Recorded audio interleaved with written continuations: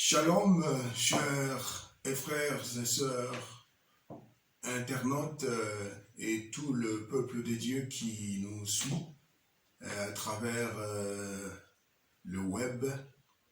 Et je sais que Dieu a fait grâce que vous puissiez tomber sur notre chaîne et sur nos vidéos. Qui suis-je avant de commencer? C'est le révérend Jean-Marie Ntimbandilankoulou, aumônier de l'Institut médical évangélique en sigle IME. C'est dans la province du Congo central, en République démocratique du Congo. Le Seigneur veut que nous partagions sa parole en cet instant. Ça dépend de l'heure où vous visionnez cette vidéo, mais c'est le Seigneur qui vous a mis sur notre chemin. Nous allons prier. Éternel Dieu des armées, nous croyons que tu es vivant et que c'est toi qui nous fais vivre. Raison pour laquelle nous voulons à cet instant t'élever, te glorifier, te rendre grâce et te confier ces moments bénéfiques, ces moments bénis que tu nous accordes. Nous voulons partager ta parole avec les frères et sœurs, internautes, chrétiens ou non, Seigneur. Cette parole nous concerne. Que toute la gloire te revienne, au nom de Jésus-Christ. Amen. Merci beaucoup. Nous allons lire dans Jean, principalement dans Jean au chapitre 13e, Jean 13. Nous allons commencer au verset 34 et nous lirons également le verset 35. Je disais Jean 13, 34 et 35. Il est écrit ceci, je lis au nom de Jésus. Je vous donne un commandement nouveau. Aimez-vous les uns les autres. Comme je vous ai aimé, vous aussi, aimez-vous les uns les autres. À ceci, tous connaîtront que vous êtes mes disciples, si vous avez de l'amour les uns pour les autres. Amen. Bien-aimés, chers internautes, chers frères et sœurs dans le Seigneur, le thème de cette prédication, ce partage est le suivant. Sans le Saint-Esprit, nous ne pouvons pas aimer comme Jésus-Christ nous a aimés. Sans le Saint-Esprit, nous ne pouvons pas aimer comme Jésus-Christ nous a aimés. Jésus qui parle à ses disciples et il va leur tenir ce langage. Il va leur dire, leur ordonner de pouvoir s'aimer les uns et les autres, mais pas de n'importe quelle manière. C'est pas avec n'importe quel amour, mais comme il nous a aimés, comme il les avait aimés. Alors la question qu'on se poserait, quel est cet amour que le Seigneur avait en nous aimant? Parce qu'il ne dit pas que aimez-vous tout court, mais aimez-vous les uns les autres comme, c'est-à-dire de la même manière, avec le même amour que j'ai utilisé pour vous aimer. En fait, ça voudrait dire ça aussi. Bien-aimés dans le Seigneur, l'amour est très capital. L'amour a une place de choix dans la parole de Dieu. Et vous savez, le maître de la loi qui a posé la question à Jésus, nous pouvons le voir dans Matthieu 22, à partir du verset 35, pour demander à Jésus quel était le plus grand commandement. À sa forte surprise, Jésus va résumer toute la loi de Moïse et les prophètes en 2 commandements, à savoir, tu aimeras le Seigneur de tout ton cœur, de toute ton âme, de toute ta pensée, de toute ton intelligence. C'est le premier. Voici le second, dit Jésus, qui lui est semblable. Tu aimeras ton prochain comme toi-même. De ces 2 commandements dépendent toute la loi de Moïse et tous les prophètes. Et quelques temps après, l'apôtre Paul qui va venir, il va également dire que nous ne puissions pas avoir de dette envers les autres si ce n'est de nous aimer. Et il va conclure en disant que l'amour, c'est l'accomplissement de la loi. Là, nous sommes dans Romains 13, verset 10e.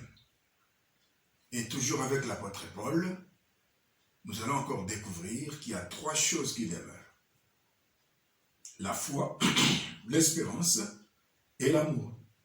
Il va ajouter, la plus grande de ces 3 choses, c'est l'amour. Waouh! Il ne s'arrête pas là. Il y a un autre qui va venir. Cette fois-là, c'est l'apôtre Jean. Dans 1 Jean, chapitre 4, verset 8. Et il nous fait voir que celui qui n'aime pas ne connaît pas Dieu, car Dieu est amour. On identifie Dieu à l'amour.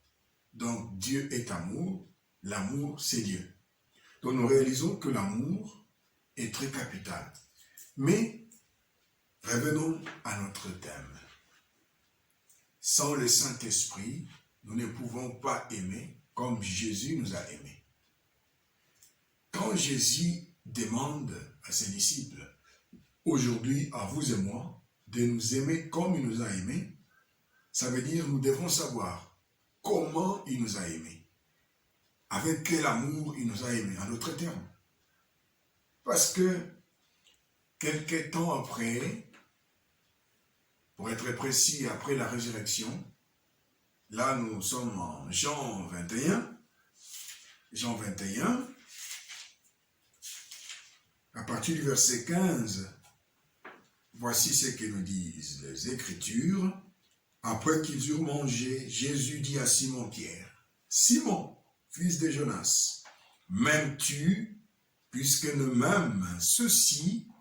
Il lui répondit, « Oui, Seigneur, tu sais que je t'aime. » Jésus lui dit, « Paie mes agneaux. » Il lui dit une seconde fois, nous sommes au verset 16e maintenant, « Simon, fils de Jonas, m'aimes-tu » Pierre lui répondit, « Oui, Seigneur, tu sais que je t'aime. » Jésus lui dit, « Paie mes brebis. » Il ne s'arrête pas. Il lui dit pour la 3e fois, « Simon, fils de Jonas, m'aimes-tu » Pierre fut attristé de ce qu'il lui avait dit pour la 3e fois, « M'aimes-tu » Et il lui répondit, « Seigneur, tu sais toutes choses, tu sais que je t'aime. » Jésus lui dit, « Paie mes brebis. » Quand nous lisons ce texte en français, nous avons le même verbe, « M'aimes-tu, m'aimes-tu, oui je t'aime, oui je t'aime. » Mais lorsque nous allons en grec, vous allez remarquer que Jésus demande à Pierre, « Simon Ioannou agapasme. »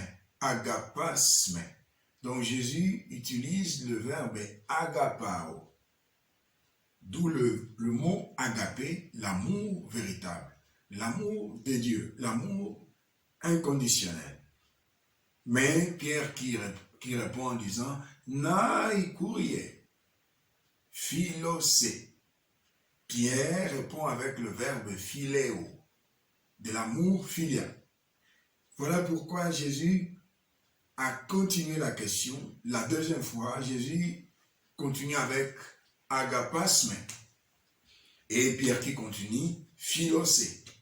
Enfin, Jésus descend pour rejoindre Pierre avec son amour, philéisme.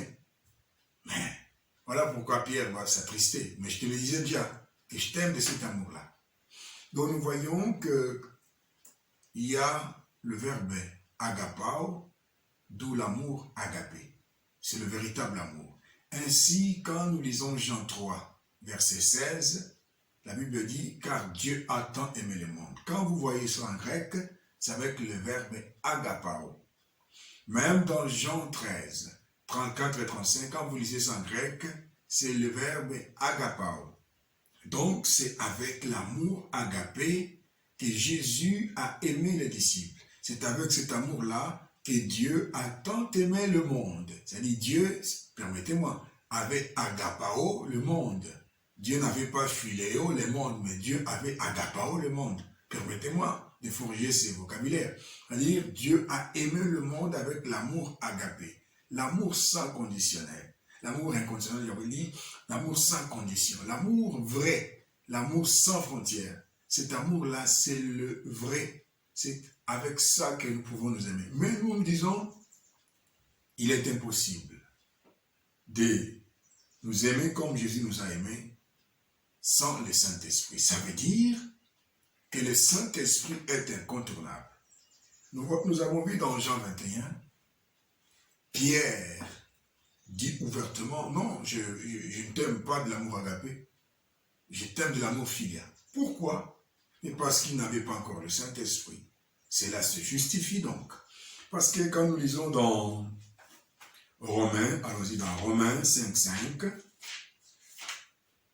Romains chapitre 5, verset 5, la parole de Dieu nous dit ceci. Romains 5. Or, l'espérance ne trompe point, parce que l'amour de Dieu est répandu dans nos cœurs. L'amour de Dieu, c'est l'agapé. Est répandu dans nos cœurs par le Saint-Esprit qui nous a été donné. Voyons maintenant, après la Pentecôte, Pierre qui était incapable d'aimer avec l'agapé, et nous savons qu'avec l'amour filial, là il y a aussi le tribalisme, il y a le racisme, et vous savez, avec la loi, on ne pouvait pas avoir l'amour agapé. Il a fallu que la grâce vienne, et avec la grâce, nous avons le Saint-Esprit. Quand le Saint-Esprit était venu, c'est alors que Pierre, ce véritable juif, va partir chez Corneille. Et il avait dit lui-même que vous savez que le juif ne peut pas aller chez le païen. Mais si je suis venu, c'est parce que Jésus, le Seigneur m'a dit, ne considère pas comme impur ce qui est pur, ce que moi j'ai déclaré pur. Parce que là maintenant, Pierre avait le Saint-Esprit, et le Saint-Esprit lui avait communiqué l'amour avec lequel Dieu nous a aimés, avec lequel Jésus nous a aimés, ça veut dire l'amour agapé. C'est ainsi, quand nous lisons dans Galates 5, le verset 22, Galates 5, 22, que nous savons très bien, il est dit, mais le fruit de l'esprit, c'est l'amour. On peut s'arrêter là.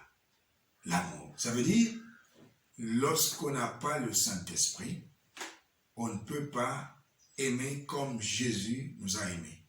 Même en grec, ce texte, quand on lit, on parle de fruit, c'est agapé. C'est-à-dire l'amour de Dieu. Bien-aimés dans le Seigneur, nous nous posons beaucoup de questions aujourd'hui. Pourquoi les gens ne s'aiment pas comme il le faudrait dans nos églises, dans nos familles? La réponse est là. Nous ne pouvons pas nous aimer comme Jésus nous a aimés sans le Saint-Esprit. Ça veut dire, si les gens n'ont pas le Saint-Esprit, ça veut dire qu'ils n'ont pas réellement reçu Jésus. Et s'ils ont le Saint-Esprit et qu'ils ne manifestent pas cet amour avec lequel Jésus nous a aimés, ça veut dire qu'ils marchent encore selon la chair. C'est à nous maintenant de nous poser la question. Est-ce que nous avons Jésus-Christ? Si oui, donc nous avons le Saint-Esprit. Et si nous avons le Saint-Esprit, pourquoi ne parvenons-nous pas à nous aimer comme Jésus nous a aimés? Ça veut dire que là, nous marchons selon la chair. Marchons selon l'Esprit et nous allons vivre cet amour, l'amour agapé, l'amour avec lequel Jésus nous a aimés. Et vous qui n'avez pas encore reçu Jésus, recevez Jésus comme Seigneur et Sauveur et le Saint-Esprit viendra habiter dans votre vie et il vous permettra d'avoir ce fruit qu'il portera en vous, l'agapé, l'amour de Dieu. Que le Seigneur bénisse sa parole au nom de Jésus.